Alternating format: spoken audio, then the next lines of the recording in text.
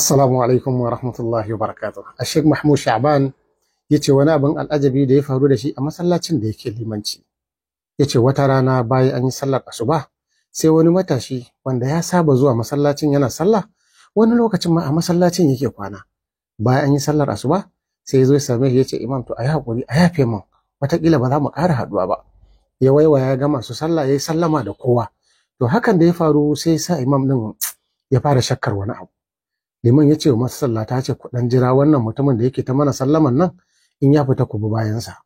Yana fita daga masallaci da sauran duhu da yake sallar asuba ce, maimakon ya kama hanyar gidansu sai aka ga hanyar waje.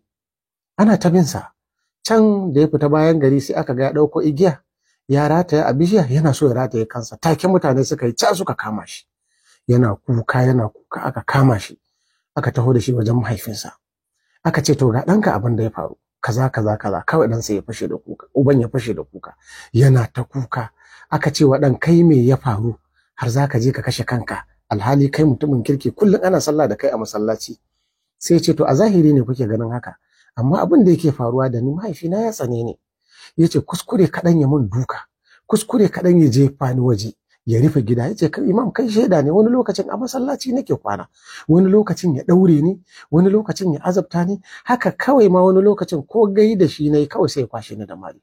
Baya son gani na, saboda haka sai duniyar ta mun zafi, gara na je na kashe kaina. Inna lillahi wa inna ilaihi raji'un.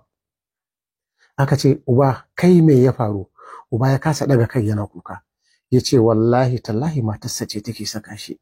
Wato wannan matar tashi ba ita ce mahaifiyar wannan yaron ba, mahaifiyar yaron ba ta gidan. Saboda haka sai take sa uban ya kuntata wa yaron, saboda ita a tunaninta idan yaron yana nan zai hana ta cin gado, amma idan ta yi yanda yaron ya halaka kansa zai zama na daga shi sai ita, a ƙarshe za ta yi masa abin da za ta yi masa shi ma, ko ta kashe shi in ya so ta samu dukiyar ta bar gidan. Ana cikin wannan magana aka shiga gida, ina mata ashe ta ji bayanin da ake yi ta windo, ta tattara ƴan kwamutsanta ta ƙara gaba. Inna lillahi wa inna ilaihi raji'un. Kira ga iyaye, kada ka yadda matarka ta shiga tsakaninka da 'ya'yanka ko wani na daban. Kuma idan ka bincika irin wannan yakan faruwa ne sakamakon sirrin gida da wasu suke ɗauka su kai waje. Sai ka ji wannan yana tattauna sirrin matarsa, waccan tana tattauna sirrin mijinta, a ƙarshe mummunar ƙawa ko mummunan aboki sai ba da mummunar shawara. Ita wannan matar da aka yi bincike, ashe kawar matar da ya saka ce. Kullum idan suna hira tana gaya mata irin yadda mijinta yake lura da ita, da irin yadda yake wato biya musu bukatunsu gaba daya. Sai ta yi sha'awar a ce ita ce a gurin. Ta yi kutun ta san hanyar da ta yi, aka kori wancan, ita ta shigo. Sai take tunanin dan wannan matar in bai bar gidan ba, ta sanadiyar dan watakila matar ta ƙara dawowa. Saboda haka ta ga cewa ya kamata ta san yanda za ta yi domin ɗan ya hallaka kansa. Inna lillahi wa inna ilaihi raji'un.